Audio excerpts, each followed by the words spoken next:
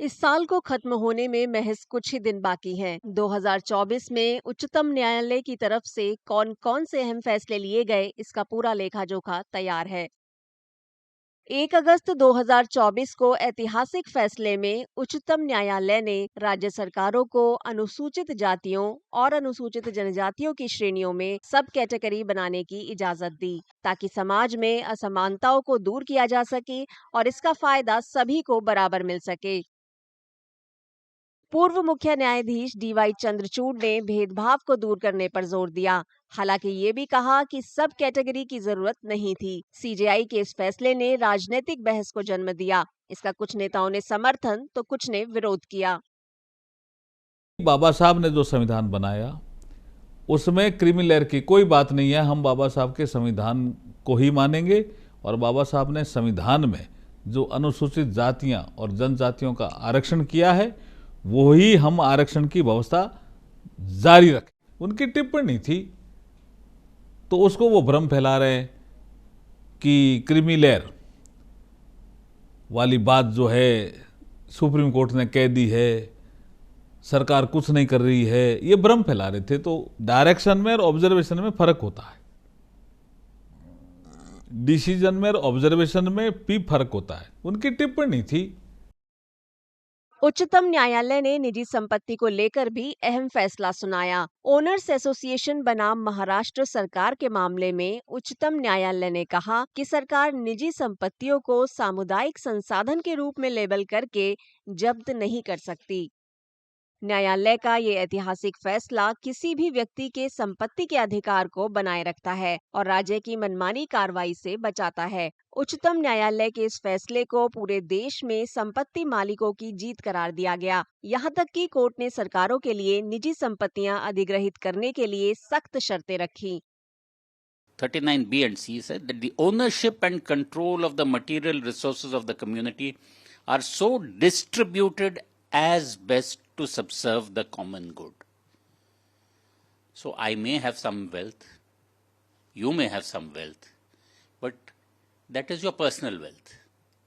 There can be times where that wealth may need to be accessed or redistributed to better serve society. In times of war, for instance, it may be that everybody will have to contribute. So, if Parliament were to bring out a law, its validity would possibly be protected by reference to the directive principles of state policy. धार्मिक और भाषाई अल्पसंख्यकों से जुड़े मामले में उच्चतम न्यायालय ने अल्पसंख्यक शैक्षणिक संस्थानों को बड़ी राहत दी। कोर्ट ने अपने फैसले में कहा कि किसी शैक्षणिक संस्थान की अल्पसंख्यक स्थिति कानून स्थापना की तारीख या संस्थान के प्रशासन में मौजूद गैर अल्पसंख्यक व्यक्तियों से प्रभावित नहीं होती है।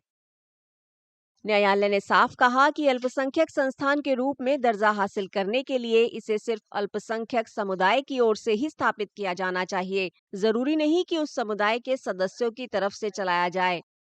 उच्चतम न्यायालय के इस फैसले ने साफ कर दिया कि अल्पसंख्यक संस्थान अपनी स्थिति बनाए रख सकते हैं, भले ही उन्हें गैर अल्पसंख्यक सदस्य चला रहे हों। न्यायालय ने अपने फैसले में संविधान के अनुच्छेद 30 के तहत धार्मिक और भाषाई अल्पसंख्यकों के अधिकारों की रक्षा करने पर जोर दिया।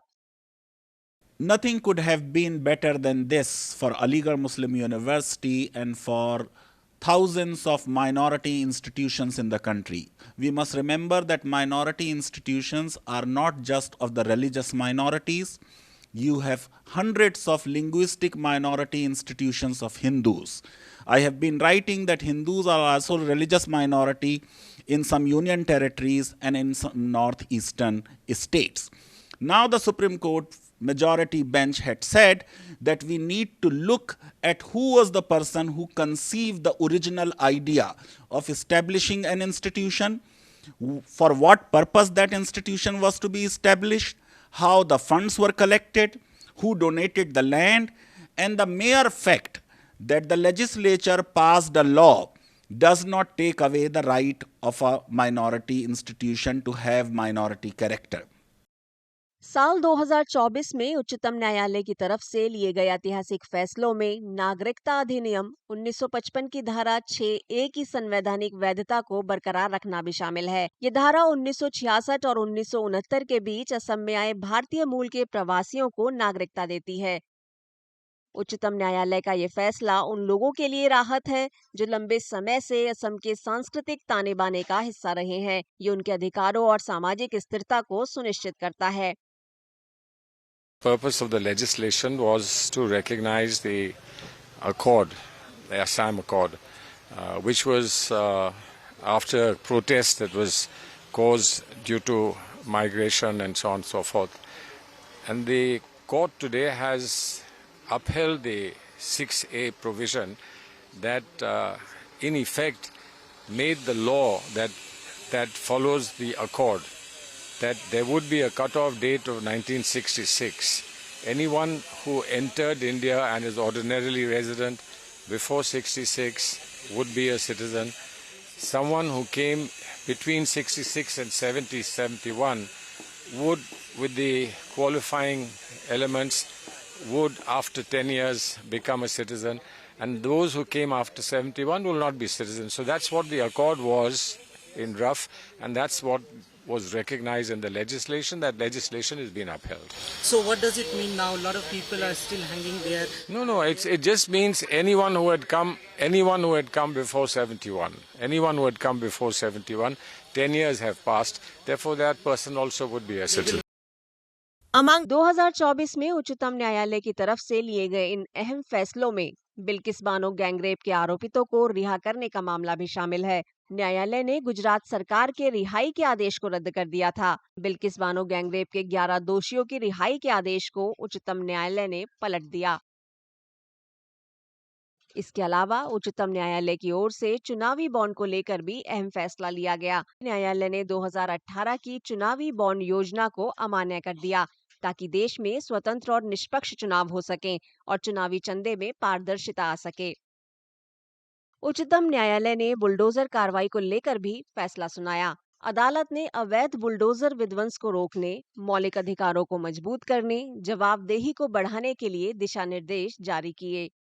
इन फैसलों ने सामूहिक रूप से न्याय और लोकतांत्रिक सिद्धांतों को बनाए रखने में उच्चतम न्यायालय की भूमिका को उजागर किया।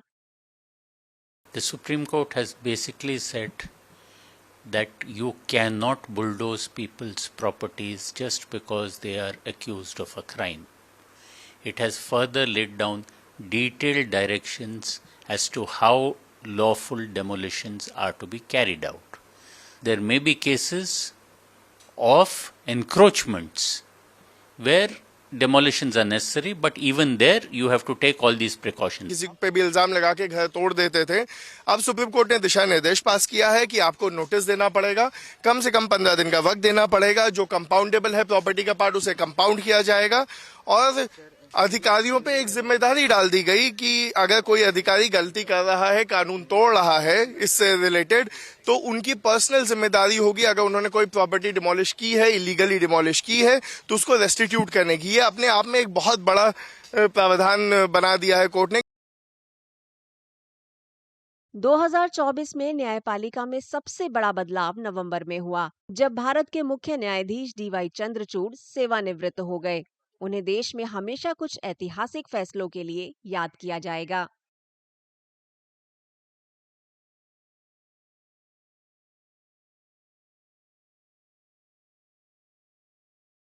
अगर आप ये वीडियो YouTube पर देख रहे हैं तो हमारे चैनल को सब्सक्राइब करें और बेल आइकन को दबाना ना भूलें। अगर आप Facebook पर ये वीडियो देख रहे हैं तो हमारे पेज को लाइक करें।